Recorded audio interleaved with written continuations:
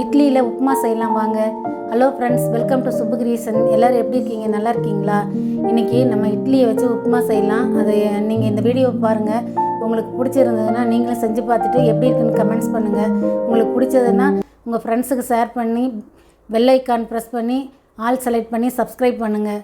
Friends, இதுக்கு இட்லி எடுத்து வச்சாருக்கு. அதுக்கு தேவையான பச்சை மிளகா, கருவேப்பிலை, தாளிக்கிறதுக்கு கடுகு, உளுந்தம்பருப்பு எடுத்து வச்சுருக்கு. இப்போ நம்ம வச்சுருக்க இட்லியை நல்லா உதுத்து விட்டுக்கலாம்.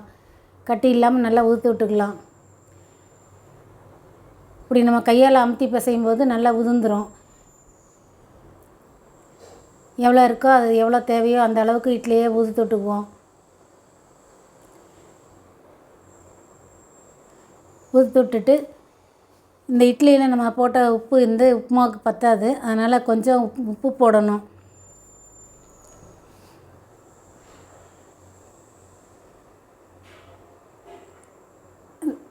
இப்போ பாருங்கள், ஒரு அரை ஸ்பூன் உப்பு இதோட சேர்த்து நல்லா கலக்கி விட்டுக்கலாம்.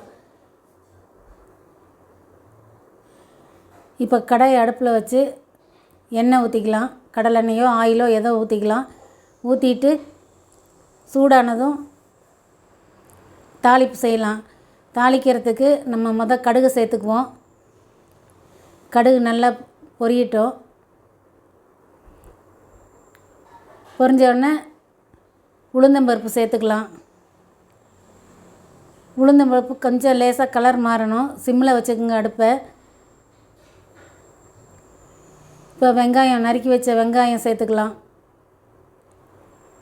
சின்ன வெங்காயத்தில் செஞ்சோம்னா ரொம்ப டேஸ்ட்டாக இருக்கும். இது பெரிய வெங்காயம் ஒன்று பெருசாக அரைஞ்சி வச்சுருக்கு. பச்சை மிளகா சேர்த்துக்கலாம். எல்லாம் கொஞ்சம் வதங்கணும்.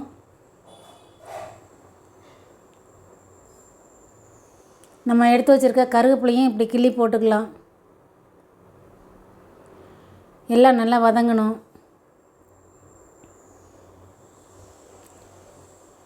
தேவைப்பட்டால் இன்னொரு ஸ்பூன் எண்ணெய் ஊற்றிக்கிங்க.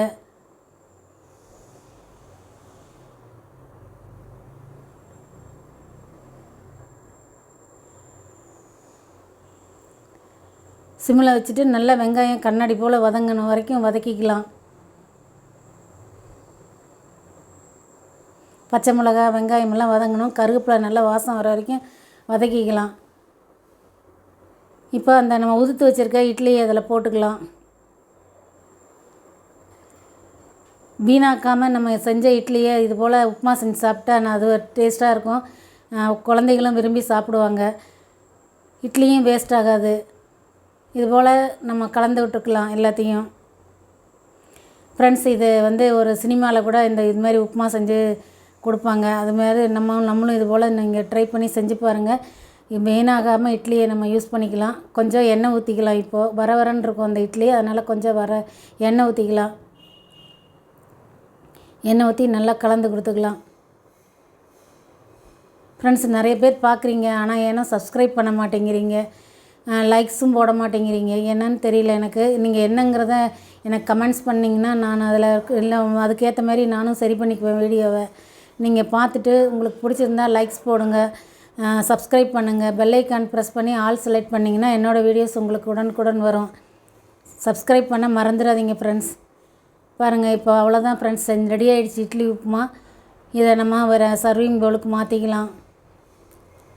ரொம்ப சிம்பிளான இட்லி உப்புமா. இதுக்கு நம்ம சட்னி தொட்டு சாப்பிட்டா நல்லாயிருக்கும். ஒன்றும் தேவையில்லை, இதுலேயே எல்லாம் காரம், உப்பு எல்லாம் இருக்குது. ஆனாலுமே சட்னி போட்டு சாப்பிட்டா நல்லாயிருக்கும். ஃப்ரெண்ட்ஸ், நீங்கள் செஞ்சு பார்த்துட்டு எப்படி இருக்குன்னு கமெண்ட்ஸ் பண்ணுங்கள், சப்ஸ்கிரைப் பண்ணுங்கள். தேங்க்யூ ஃபார் வாட்சிங்.